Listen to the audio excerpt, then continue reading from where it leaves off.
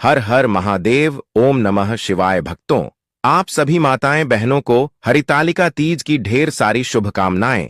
इस बार 26 अगस्त 2025 को हरतालिका तीज है। माताएं बहनों, अभी तक आप लोगों ने परंपरागत या इधर उधर से सुनकर या फिर अपने रिश्तेदारों से सलाह लेकर यह व्रत किया होगा, या आपको माता ने, दादी ने, सास ने बताया होगा कि हरितालिका व्रत को कैसे रखना है, इसके नियम क्या है। जैसे जैसे नियम आपके बड़े बुजुर्ग रिश्तेदारों ने बताए हैं, आप उन्हीं नियमों से हरतालिका तीज का व्रत रखते आ रहे हैं। पर जो महिलाएं पहली बार तीज का व्रत उठा रही हैं, तो कैसे उठाना है, क्या नियम है, क्या विधि है, इसके बारे में आप अपनी माताएं बहनों, दादी, रिश्तेदारों से सुनते आ रहे हैं। लेकिन आज हम इस वीडियो के माध्यम से शास्त्रों की नई नई बातें भी बताएंगे, जिससे आपको सब कुछ स्पष्ट हो जाएगा। और जो पहली बार हरतालिका तीज का व्रत करना चाहती है, वह माताएं बहनें, उनको यह वीडियो बड़े ही सहायक सिद्ध होगी। इसलिए सभी माताएं बहनों से हम यही कहना चाहेंगे कि अपने सभी कामों को एक तरफ रखकर इस वीडियो को पूरा देख लेना। अगर आपने इस जानकारी को समझ लिया तो आपकी पूजा संपूर्ण मानी जाएगी, क्योंकि आज हम आपको इस वीडियो में हरितालिका तीज की वीडियो में संपूर्ण पूजा विधि से लेकर व्रत नियम, पारण नियम, खाने का मतलब है कि व्रत के शुरू से लेकर व्रत के आखिरी तक के संपूर्ण नियम आपको इस छोटी सी वीडियो के माध्यम से बताने जा रहे हैं। इसलिए वीडियो को पूरा ही देखना, काट काट कर आपको वीडियो नहीं देखना है, अन्यथा आपसे इतनी महत्वपूर्ण जानकारी छूट जाएगी। इसलिए वीडियो को पूरा ही देखना होगा, तभी आपको सही सेटिंग जानकारी प्राप्त होगी। भक्तों, यह व्रत सुहागिन महिलाओं के लिए सौभाग्य, अखंड पति सुख और वैवाहिक जीवन की मधुरता का वरदान है। अविवाहित कन्याएं इसे अच्छे और मनचाहे वर के लिए करती हैं। शास्त्रों के अनुसार इसी तृतीया तिथि को माता गौरी का जन्म हुआ और इसी तिथि को उनका विवाह भगवान शिव के साथ होना निश्चित हुआ। कथा के अनुसार जब उनका विवाह विष्णु जी से तय हो रहा था, तब उनकी सखियों ने उनका हरण करके उन्हें एक गुफा में छुपा दिया। वहीं माता पार्वती ने मिट्टी और रेत के शिवलिंग बनाकर उनका पूजन किया और निर्जला उपवास रखकर शिव को अपने पति के रूप में पाने का संकल्प लिया। उनकी यह तपस्या सफल हुई और भगवान शिव ने उन्हें पत्नी रूप में स्वीकार किया। इस बार हरितालिका तीज वराह जयंती के दिन आ रही है। भक्तों, वराह अवतार भगवान विष्णु का तीसरा अवतार है, जब उन्होंने पृथ्वी देवी को समुद्र से निकालकर बचाया। वराह पुराण में भगवान वराह और पृथ्वी देवी का संवाद मिलता है, जिसमें भगवान वराह तृतीया तिथि की महिमा बताते हैं। हे पृथ्वी, जो स्त्री इस तिथि पर व्रत करती है, वह तुम्हारी तरह ही पवित्र, सौभाग्यवती और धन धान्य से संपन्न हो जाती है। यहां एक खास बात, भगवान वराह ने कहा कि तृतीया तिथि पर नमक का सेवन वर्जित है। भले ही कोई महिला हरितालिका का व्रत न करे, लेकिन इस तिथि पर नमक रहित भोजन करना कि इसका व्रत यानी तृतीया का व्रत और पूजन करने वाली महिला श्री गौरी देवी की सहचारी बनती है, यानी कि माता पार्वती जी की सहेली बनती है।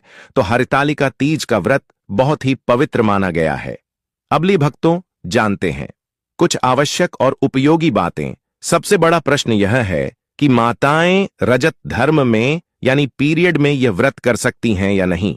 भक्तों, इसका उत्तर यह है कि आप बिल्कुल व्रत कर सकती हैं, यदि आपका शरीर साथ दे रहा है तो। लेकिन पूजन का सामान आपको बिल्कुल नहीं छूना है, ना ही आपको पूजन करना है। केवल आपके व्रत करना, पूजन आपकी तरफ से आपके पतिदेव कर सकते हैं या घर का अन्य कोई भी सदस्य कर सकता है। इनको निर्मित इसका व्रत कुमारी कन्याएं भी करती हैं, जिनकी शादी में अड़चन नहीं आती है। हरितालिका तीज में व्रत की प्रधानता है, आप लोग जरूर कीजिएगा। भक्तों, परंपरा के अनुसार एक दिन पहले नहाए खाए होता है, कहीं कहीं नहीं भी होता है, यानी एक दिन पहले से व्रत की पूर्व की तैयारी को नहाए खाए कहते हैं। तालिका तीज व्रत में नया खाए करना है।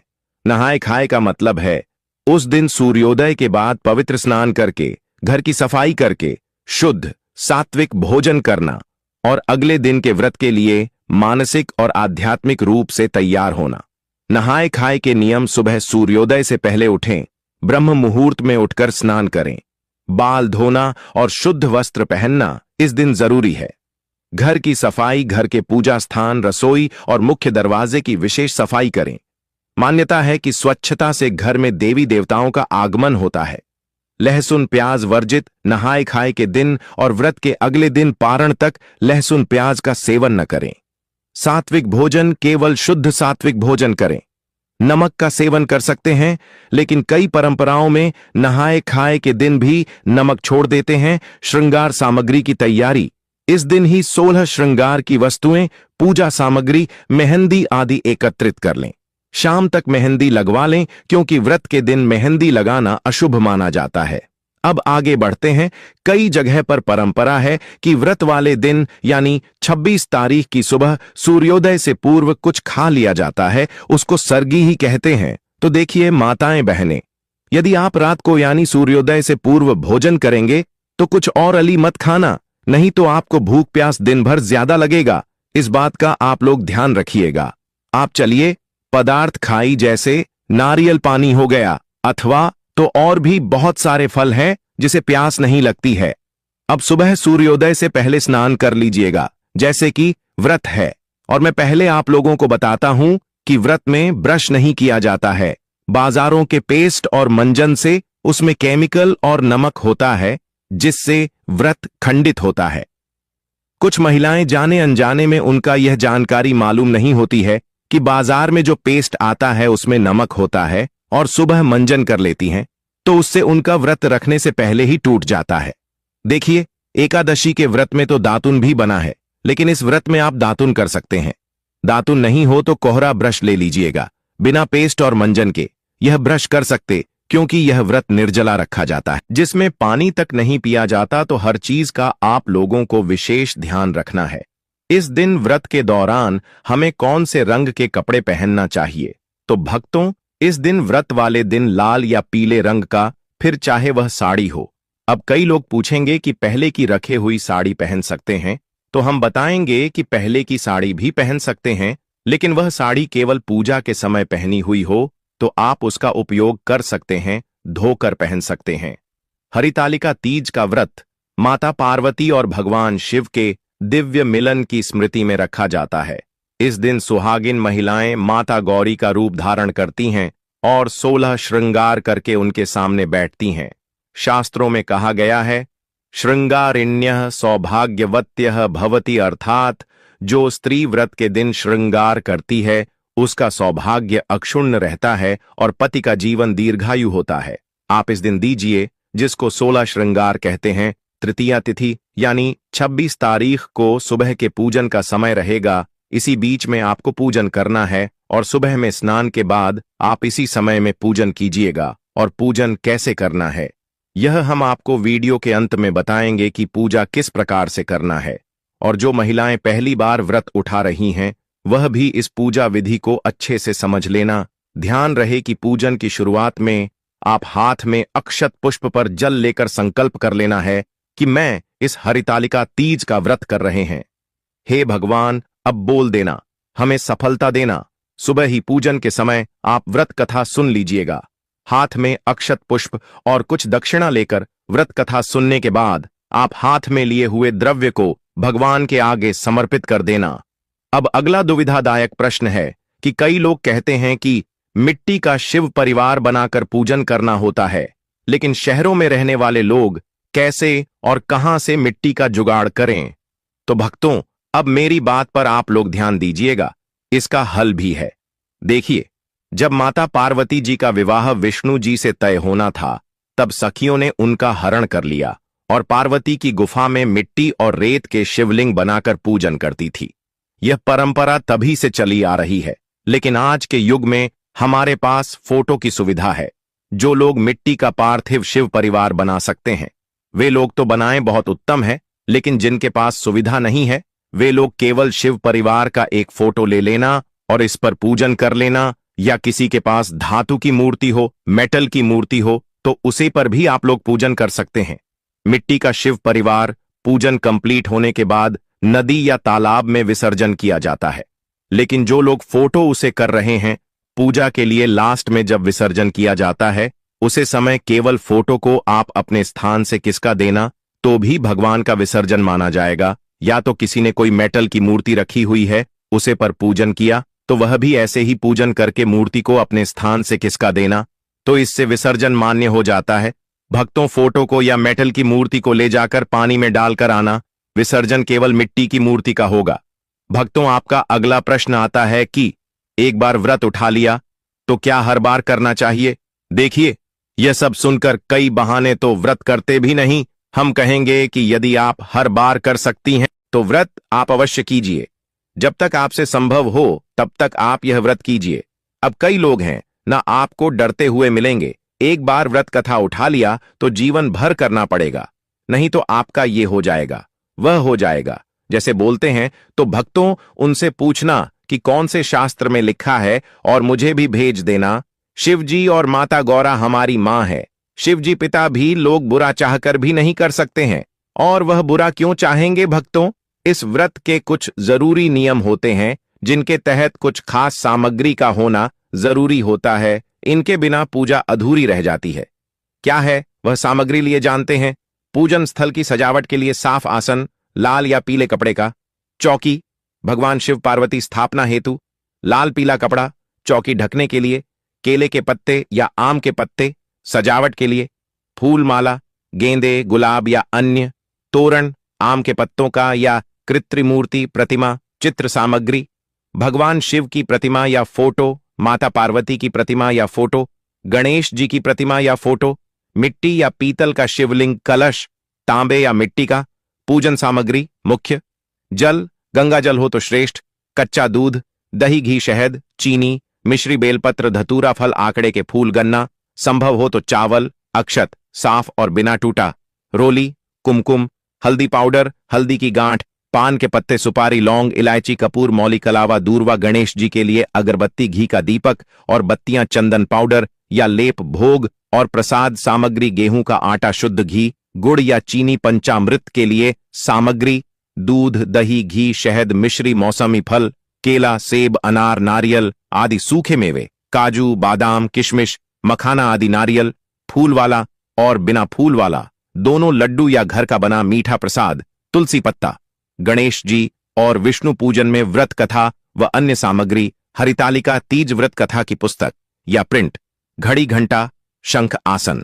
व्रती के बैठने हेतु एक साफ थाली और लोटा जल के साथ अर्पण करने के लिए। छोटी डलिया, टोकरी, पूजा का कपड़ा ढकने हेतु। साफ चुनरी या कपड़ा, पारण के दिन की सामग्री। फलाहार सामग्री, फल, सूखे मेवे, दूध, मीठा, घर का बना या खरीदा तुलसी पत्ता, स्वच्छ जल। पारण के लिए जितना संभव हो पीतल, तांबे या मिट्टी के बर्तन का प्रयोग करें। सामग्री की पवित्रता बनाए रखें। पूजा में टूटा, गंदा या बासी कुछ न चढ़ाए। अगर किसी वस्तु का मिलना मुश्किल हो तो मन से भक्ति और श्रद्धा से उसका विकल्प अर्पित कर सकते हैं। चलिए माताएं बहनों, आप जान लेते हैं कि आपके घर पर ही हरतालिका तीज की पूजा कैसे करना है और किन नियमों का विशेष रूप से ध्यान रखना है। कुछ महिलाएं अब ऐसी भी होगी जो कि गांव से हमारी वीडियो देख रही हैं, जो ज्यादा पढ़ी लिखी ना हो, तो हम उनके लिए भी इस वीडियो में बिल्कुल साधारण तरीके से पूजा विधि बताने जा रहे हैं, जो कि उन्हें अच्छे से समझ में आ जाएगी। इसके लिए आपको वीडियो को लाइक करते हुए चैनल को सब्सक्राइब जरूर कर लेना है, ताकि आगे भी इसी प्रकार की और जानकारी आपको प्राप्त होती रहे। तो चलिए पूजा विधि आरंभ करते हैं। यह व्रत माता पार्वती और भगवान शिव के मिलन की स्मृति में किया जाता है। इसे सुहागिन महिलाएं अपने पति की लंबी उम्र और वैवाहिक सुख के लिए करती हैं। कुंवारी कन्याएं अच्छे पति की प्राप्ति के लिए भी रख सकती हैं।